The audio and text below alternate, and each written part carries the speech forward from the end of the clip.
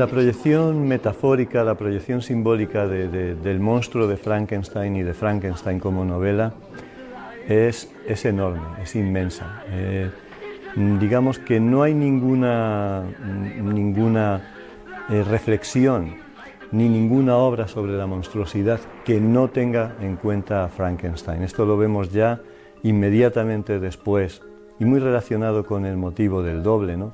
El mito de Narciso. Que justo después de Frankenstein no hay prácticamente ninguna obra relacionada con lo sobrenatural, con la monstruosidad, donde no aparezcan huellas, en la mayoría de casos motivadas, es decir, explícitas, de Frankenstein. Esto sucede ya en las hermanas Bronte, por ejemplo, en Jane Eyre, Cumbres borrascosas, ¿no?, de Charlotte y Emily Bronte. Sucede en Dickens, por ejemplo, en Grandes Esperanzas, se debía traducir Grandes Expectativas, pero Grandes Esperanzas, incluso en ese otro mundo paralelo, al otro lado del espejo que encontramos en los libros de Alice, de Alicia en el País de las Maravillas, Alicia a través del espejo, aparecen esos seres monstruosos en Jekyll y Hyde, en La isla del Doctor Moreau de Wells, en los relatos de Kipling. Es decir, la proyección es enorme desde el punto de vista incluso ideológico, ¿no?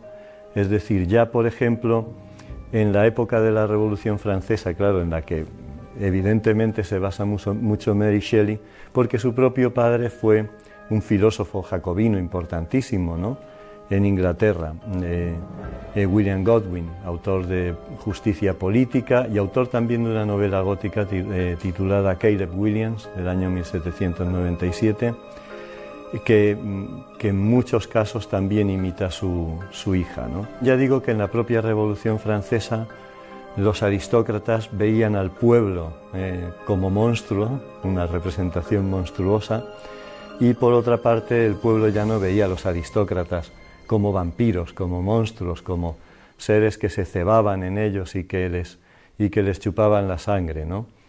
Y eso, pues evidentemente es, por desgracia, más que moderno, ¿no?, y contemporáneo. Y lo mismo sucede en otros contextos, es decir, desde el punto de vista del colonialismo, no hay que olvidarse que en esta época es cuando Gran Bretaña está cristalizando su gran imperio, ¿no?, su imperio de ultramar, en el que no se pondrá el sol, la reina Victoria como emperatriz de la India, etcétera, etcétera. Digamos que para cada parte, ¿no?, implicada contemplaba al otro como un ser monstruoso, como algo monstruoso, como una entidad monstruosa.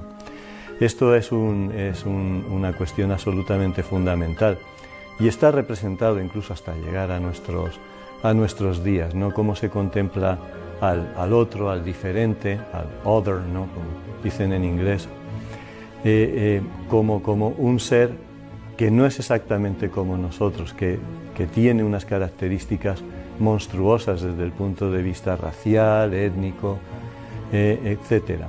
Y lo mismo sucede pues con otras muchas proyecciones y visiones de la realidad, ¿no?